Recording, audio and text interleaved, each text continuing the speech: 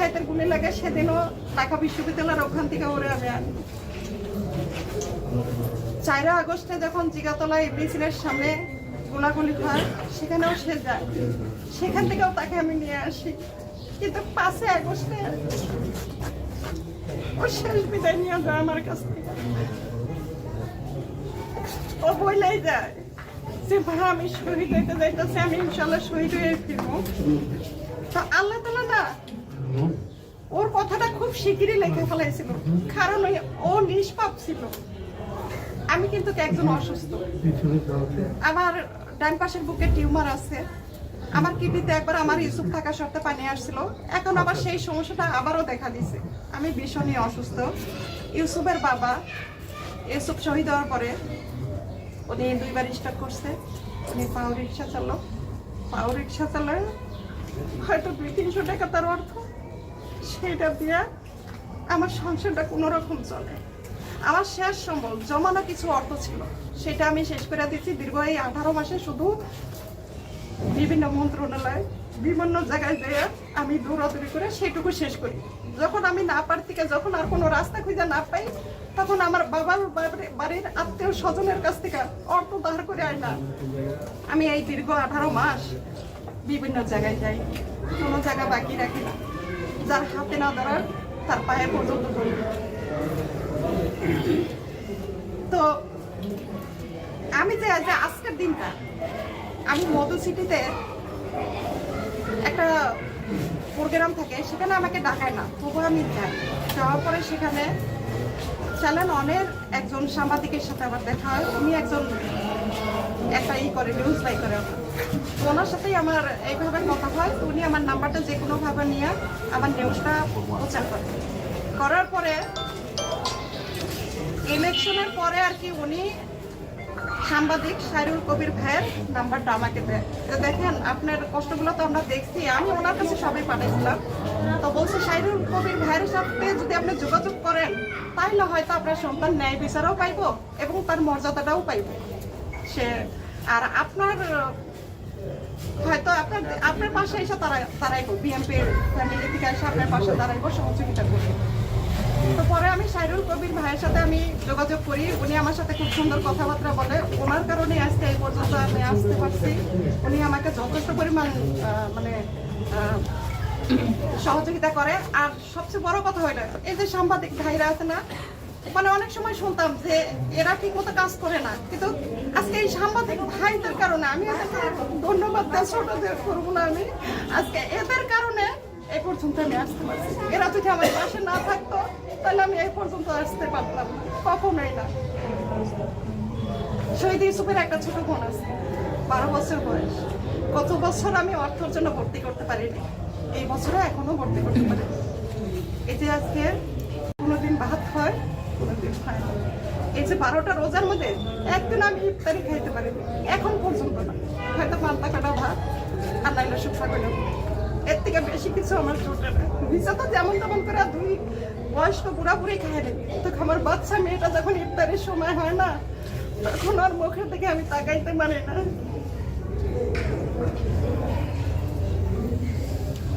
তো এখন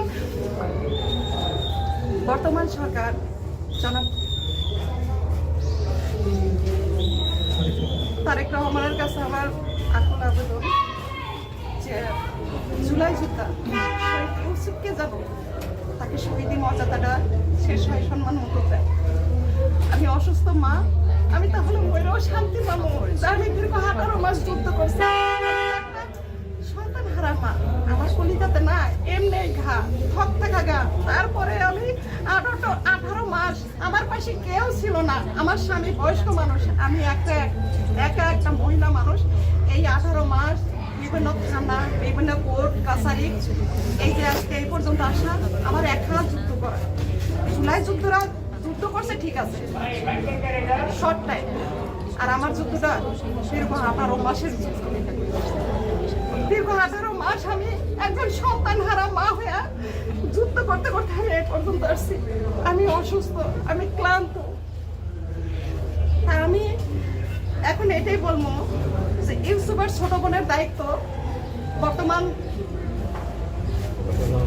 প্রধানমন্ত্রী জনাব তারেক রহমান যেন মোহনা আক্তার ইকরার দায়িত্ব নেয়। আমার কোনো বসত বাড়ি নাই, আমার কিছু নাই, আমি যেন শেষ বয়সটা আমি সম্মানের সাথে চলতে পারি, সে যেন আমাকে সেই ব্যবস্থাটুকু করে দেয় এবং কি আমার চিকিৎসার দায়িত্ব যেন সে নেয়।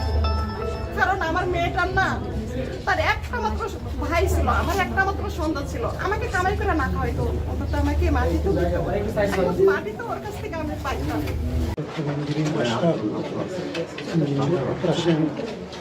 বিএনপি জাতীয় নির্বাহী কমিটির সহসভাপতি সম্পাদক আমিনুল ইসলাম এবং অন্যান্য নেতৃবৃন্দ, খুবই হৃদয় বিদারক এবং মর্মস্পর্শী শহীদ ইউসুফের মায়ের আমরা বক্তব্য এখানে শুনলাম। আল্লাহ তাকে বেহেশত নসিব করুক। কিন্তু আমাদের দুর্ভাগ্য এটাই যে 5ই আগস্ট একটি গণ অভ্যুত্থান, একটি বিপ্লব, এই বিপ্লবের পরে যাদের আত্মহুতি এবং জীবনের বিনিময়ে আমরা গণতন্ত্রের দিকে এগিয়ে যাচ্ছি, সেই সমস্ত বিপ্লবী প্রাণ তাদের সঠিক তালিকাটা, তাদের সঠিক সংখ্যাটা কেউ করতে পারেননি। বিশেষ করে অন্তর্বর্তীকালীন সরকার যারা 1.5 বছর থাকলেন, অনেক কাজের কথা তারা বললেন, কিন্তু তাদের তো প্রধান কাজ ছিল যে শহীদ ইউসুফদের মতো আত্মদানকারী, জীবন দানকারী এই সমস্ত শিশু বাচ্চাদের এদের গেজেটটা ঠিকমতো করা, এদের তালিকাটা করা, এদেরকে পুনর্বাসন করা। কিন্তু হয়তো অনেকখানি হয়েছে, কিন্তু সম্পূর্ণভাবে সেটি হয়নি। আমরা বিএনপি পরিবার গঠন করেছেন বর্তমানের প্রধানমন্ত্রী, বিএনপির চেয়ারম্যান জনাব তারেক রহমান, একটা উদ্দেশ্য নিয়ে, যাতে কোনোভাবেই এই আত্মত্যাগকারী, আত্মদানকারী ইউসুফদের মতো মানুষরা তারা যাতে কোনোভাবেই বঞ্চিত না হয়, তার পরিবার যাতে বঞ্চিত না হয়, এই ব্রত নিয়েই আমরা বিএনপি পরিবারটা করেছিলেন। আতিকুর রহমান রুমন এবং মকসুদুল মোমেনিন মিথুনের নেতৃত্বে এবং যারা এখানে উপদেষ্টারা আছেন সবাইকে নিয়ে এটি তিনি করেছিলেন। একমাত্র উদ্দেশ্য কেউ যেন বাদ না পড়ে। একটা হচ্ছে দলের যতটুকু সহযোগিতা করা দরকার সেটা করা, আরেকটা হচ্ছে যদি বিএনপি ক্ষমতায় আসতে পারে, সরকারে আসলে অনেক কিছু পুনর্বাসনের অনেক বড় পরিসরে সহযোগিতা করা যায়। সেই সহযোগিতা থেকে যাতে কোনো পরিবার, কোনো আত্মদানকারী পরিবার যাতে বঞ্চিত না হয়, সেই প্রচেষ্টাটা আমাদের নিতে হবে। না হলে আজকে অনেকেই আমরা মন্ত্রী হয়েছি, এমপি হয়েছি, বিএনপি ক্ষমতায় এসছে, কিন্তু যাদের আত্মত্যাগের কারণে বিএনপি ক্ষমতায় এসছে, দেশের এবং দশের মঙ্গলের জন্য কাজের কথা, অঙ্গীকারের কথা বলছে, এইটা সফল কাম হবে না। যদি শহীদদেরকে, যে 16-17 বছর নির্মম যাতাকলে গণতন্ত্র পিষ্ট হয়েছে, গণতন্ত্রের জন্য যারা লড়াই করেছেন তারা পিষ্ট হয়েছেন, এবং গণতন্ত্রের লড়াইয়ের যিনি প্রধান সিপাহসালার দেশনেত্রী বেগম খালেদা জিয়া, তিনি লাঞ্ছিত হয়েছেন, অত্যাচারিত হয়েছেন, নিপীড়িত হয়েছেন, তাকে তার চিকিৎসা দেওয়া হয়, তাকে উন্নত চিকিৎসার মাধ্যমে সুস্থ হওয়ার কোনো সুযোগ দেওয়া। তাহলে এই যে এত আত্মদান, এই যে এত ত্যাগ, এগুলো তো সবই বৃথা হয়ে যাবে আজকে যদি শহীদের মা সে যদি চিকিৎসা না পায়, তার যদি থাকার জায়গা না থাকে, সে যদি অনাহারে অর্থাহারে দিন কাটায়, রমজান মাসেও খাবারের জন্য অপেক্ষা করতে হয় অন্য সন্তান।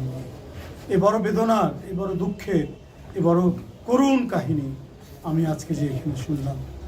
আমি এই ঘটনা আমাদের প্রধানমন্ত্রী শুনেছেন এবং তড়িৎ গতিতে ব্যবস্থা নেওয়ার জন্য এবং পরিবারের সাথে দেখা করানোর জন্য আমরা বিএনপি পরিবারকে পাঠিয়েছেন। মিঠুন আমাদের সবাইকে খবর দিয়েছে, আমরা এখানে এসে উপস্থিত হয়েছি। ইনশাল্লাহ আমরা এই পরিবার যাতে সামগ্রিকভাবে পুনর্বাসন যাতে হতে পারে, ইস্যুতের সামগ্রিকভাবে যাতে আমরা তার পরিবারকে পুনর্বাসন করতে পারি, সেই প্রচেষ্টা আমাদের থাকবে এবং অক্ষরে অক্ষরে আমরা সেটি পালন করব। আমি নিজেও অসুস্থ, ওই জন্য বেশি কথা বলতে পারছি না। আমি আপনাদের যারা উপস্থিত হয়েছেন, বিশেষ করে গণমাধ্যমের সাংবাদিক ভাইরা এবং আমরা বিএনপি পরিবার এবং বিশেষ করে শহীদ ইউসুফের মা এবং তার পরিবারের লোকেরা, তাদের সবাইকে আমি তাদের পাশে থাকার, তাদের কাছাকাছি থাকার, তাদের সাথে থাকার অঙ্গীকার করে আমি আমার বক্তব্যকে শেষ করছি। ধন্যবাদ।